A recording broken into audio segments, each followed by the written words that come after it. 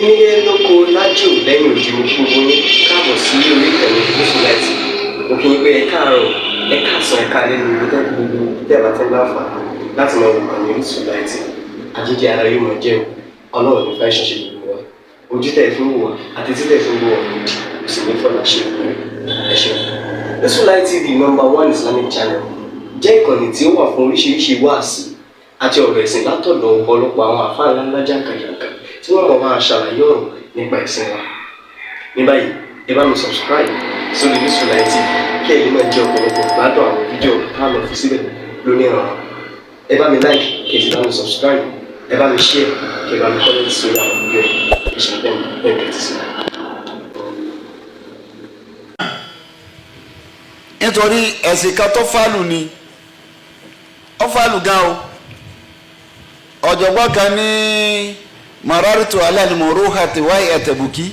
Mararitu ala al-muruhati wa hiya tabki. Fakultu laha fama tabki fatatu. Fakultu laha tabki fatatu. Abalati kebala buki wa ali jamia duna ali nasimatu jamia duna ali nasimatu.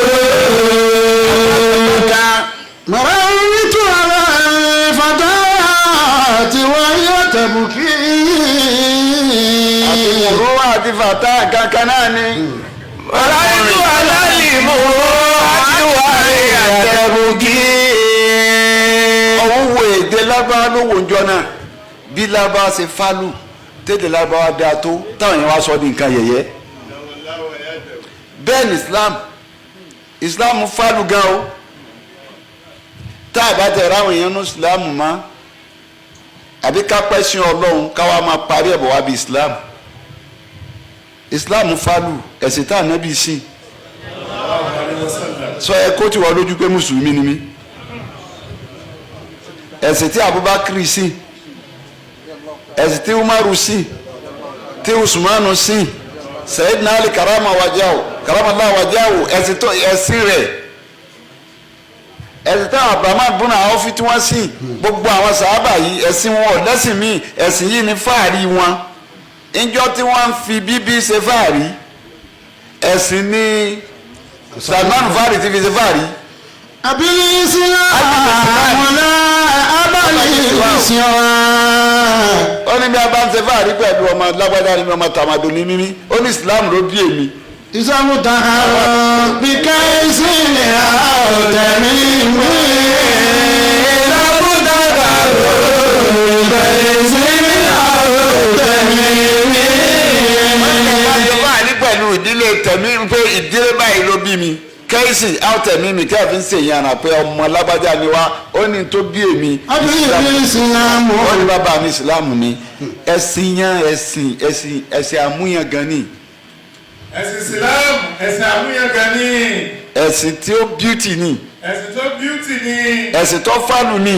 Ẹ̀sìn tó rẹwà ni tó fáyì ni. Wá ìtẹ̀wáṣọ Ìsìlámù lónìí dẹ̀sìn oko. Wá ìtẹ̀wáṣọ Ìsìlámù lónìí díẹ̀ sí oko.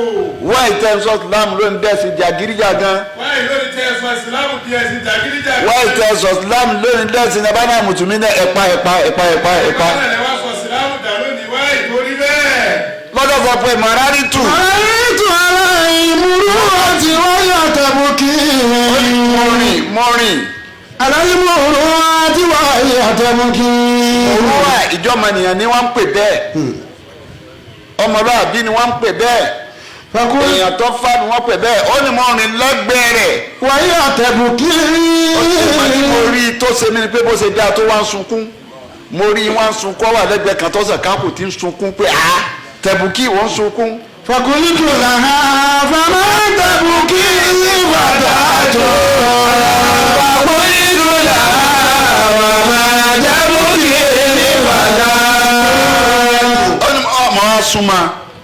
Kultu laha. Mo wá sọ fún pé má tẹ̀bùkì lè fatatu.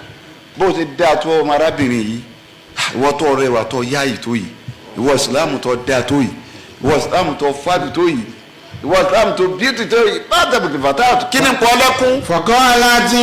ó nígbà tí ó dà mí lóhùn. kayfa la buki wahyi. ó ní ìṣe ní sunkún ó ní báwo ni ìṣe ní ké báwo ni ìṣe ní ronú. kayfa la buki wahyi. islam ń wò lónìí pé báwo ni tèmi ò ṣe bá mi la abuki wahali jẹ̀mí a dùn àmì náà sì máa tó.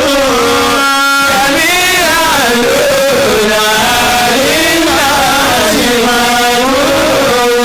ọlọ́wọ́n ńlá àjọ jákẹ́gbẹ́ èmi rẹ̀ wà lóòótọ́ ẹni mi rẹ̀ mọ̀ wọ́n rẹ̀ wá sí mi pé mo fẹ́ lù àmọ́ akẹgbẹ́ mi àwọn Nasara akẹgbẹ́ mi àwọn Yahudi àwọn tí wọ́n lẹ́sìn míì àwọn ẹlẹ́sìn míì tọ́nà jọ pè wá pọ̀ tá a jọ jẹ́ lẹ́sìn pé tààlà ò la kẹ́ni máa ti ń. sàwa ilé ìlànà ọbẹ̀ ìdàkùn wàhálà náà bùdá ìlànà.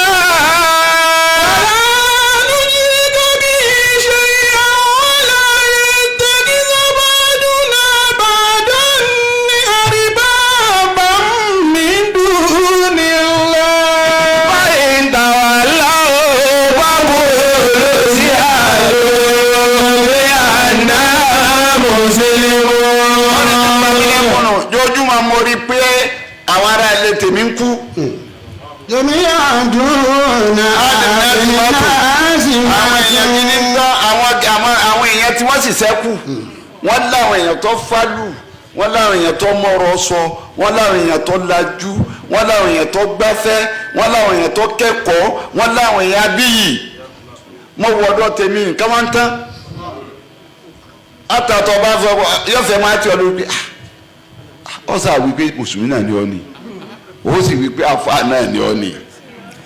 Awali Islam yanqusu min jamali wa yabla sawbuhu kulla layali wa yabla sawbuhu kulla layali.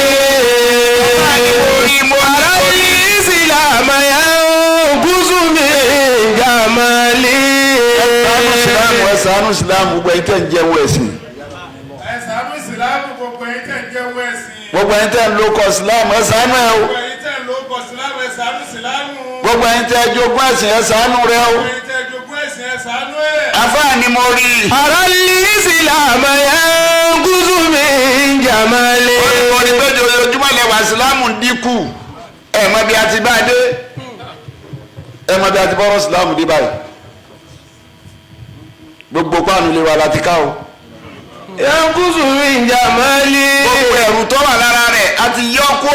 yanqusu min jamali. Gbogbo àpọ́nlé tó wà lára rẹ̀ a ti yọ kó. yanqusu min jamali. Gbogbo ìyè tó wà lára Islam a ti yọ kó. Arali Islam yanqusu min jamali.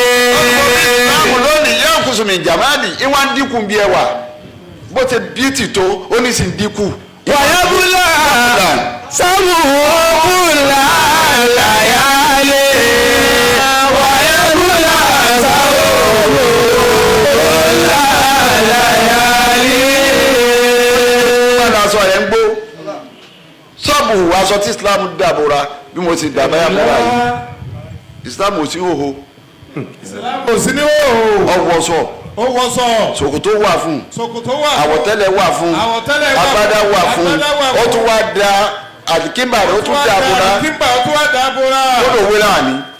Kódò wé láàní. Ìtọ́ yáyìdé. Ọ̀rẹ́ wa ní gbogbo ọ̀nà. Ó dà máa lónìí. wàyábùlà sábù òkúlà làyálé. Ọ̀gá rẹ̀ ń gbó. Gbogbo orúkọ kan tó bá ti sí mídíà báyìí ó rí pọ́n tó ti bọ́ sí òhò. Bọ́ba ti tọ́ tẹ́lẹ̀ bá ó rí pọ́n tó ti bọ́ sí òhò ẹ̀ tó ti bọ́ sílámù sí òhò. Ànábì ò bọ́ sí òhò ọ́ dáàbò bó ti lọ ní. kuntum khayra ummatin ukhrijat lin-nas